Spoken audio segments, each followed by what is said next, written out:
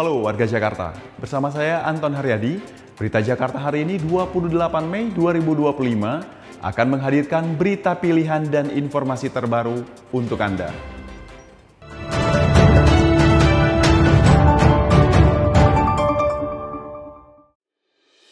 Warga Jakarta, sebelum kita ke berita utama Berita Jakarta hari ini, dari meja redaksi telah kami siapkan 3 berita pilihan dari website beritajakarta.id berikut ini.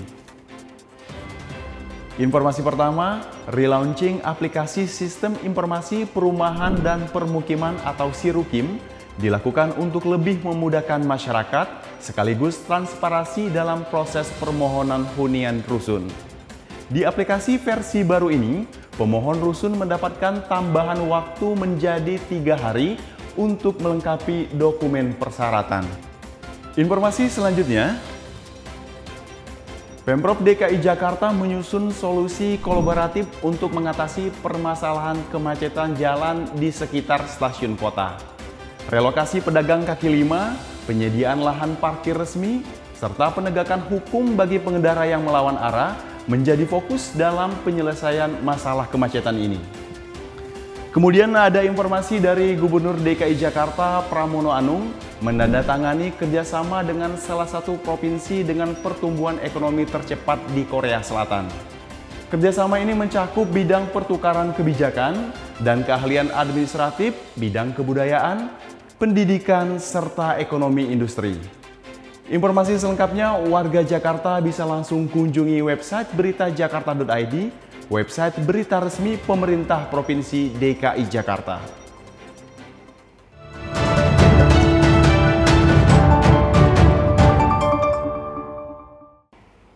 Kita beralih ke berita pertama Berita Jakarta hari ini. Gubernur DKI Jakarta Pramono Anung akan memasukkan tempat hiburan malam sebagai salah satu lokasi tanpa asap rokok.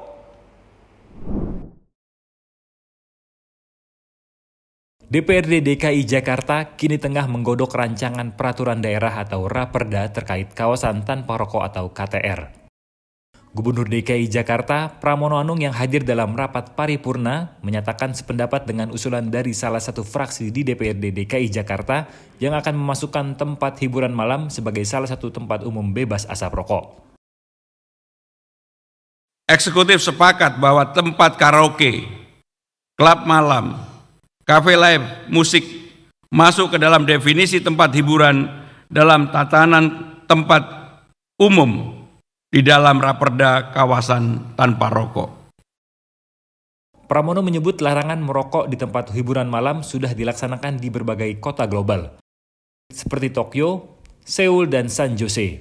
Bahkan ada sanksi yang diberikan kepada mereka yang merokok dalam jarak kurang dari 10 meter dengan orang lain. Sebagai informasi, Raperda kawasan tanpa rokok telah mencantumkan 10 lokasi, yakni fasilitas pelayanan kesehatan, tempat belajar mengajar, tempat anak bermain, tempat ibadah, angkutan umum, prasarana olahraga, tempat kerja, dan tempat umum. Tim Berita Jakarta melaporkan. Kita beralih ke berita selanjutnya. Dinas Komunikasi, Informatika, dan Statistik DKI Jakarta menggelar ngobrol bareng Berita Jakarta di BINUS University Jakarta Barat.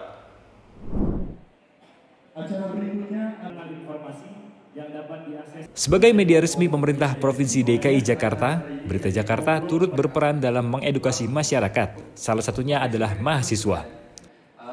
Tema peran teknologi dalam pembangunan kota dipilih dalam acara ngobrol bareng Berita Jakarta yang menghadirkan pembicara dari Jakarta Smart City dan Alibaba Cloud. Pemimpin redaksi Berita Jakarta sekaligus Ketua Sub Kelompok Pengelolaan Informasi Publik Diskominfotik DKI Jakarta, Dini Gilang Prasasti mengatakan kegiatan ini bertujuan untuk mengedukasi mahasiswa.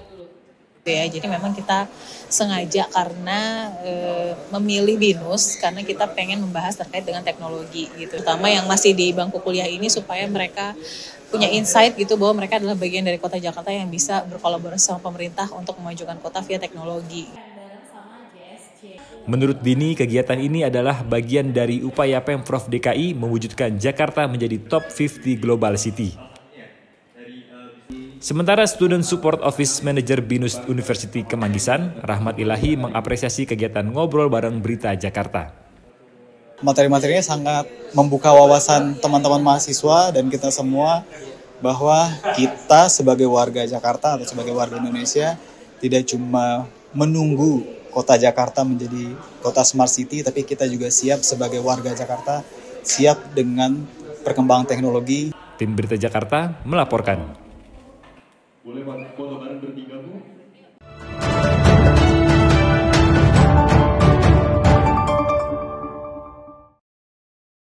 Kita masuk ke segmen Info Jakarta. Dari Dinas Perhubungan DKI Jakarta yang telah memiliki bus sekolah khusus pelajar difabel. Berikut informasinya. Jakarta makin ramah disabilitas. Ada bus sekolah khusus penyandang disabilitas yang memudahkan para pelajar difabel pergi dan pulang sekolah, aman, nyaman, dan gratis. Dilengkapi teknologi hidrolik untuk memudahkan proses naik dan turun pengguna kursi roda. Ada juga petugas Dinas Perhubungan yang sigap membantu selama perjalanan. Para petugas sudah mendapatkan pelatihan khusus untuk melayani pelajar difabel. Bus ini berkapasitas 36 orang, terdiri dari 7 penumpang dengan kursi roda, 10 tempat duduk, dan 19 penumpang berdiri. Ada pula lantai taktil atau guiding block yang berguna sebagai panduan berjalan bagi para pelajar tunanetra. Bus sekolah khusus penyandang disabilitas saat ini melayani 5 rute sebagai berikut.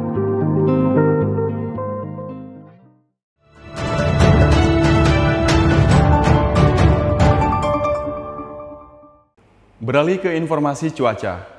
Sebelum memulai aktivitas esok hari, warga Jakarta bisa melihat perakiraan cuaca yang dirilis BMKG berikut ini. Dikutip dari laman bmkg.go.id pada Kamis 29 Mei 2025, diperkirakan sebagian besar wilayah Jakarta akan berawan. Wilayah yang diperkirakan akan berawan yakni Jakarta Pusat, Jakarta Utara, Jakarta Selatan, Jakarta Timur, Jakarta Barat, dan Kepulauan Seribu. Suhu udara diperkirakan berkisar antara 24 hingga 32 derajat Celcius. Masyarakat diimbau tetap waspada terhadap perubahan cuaca.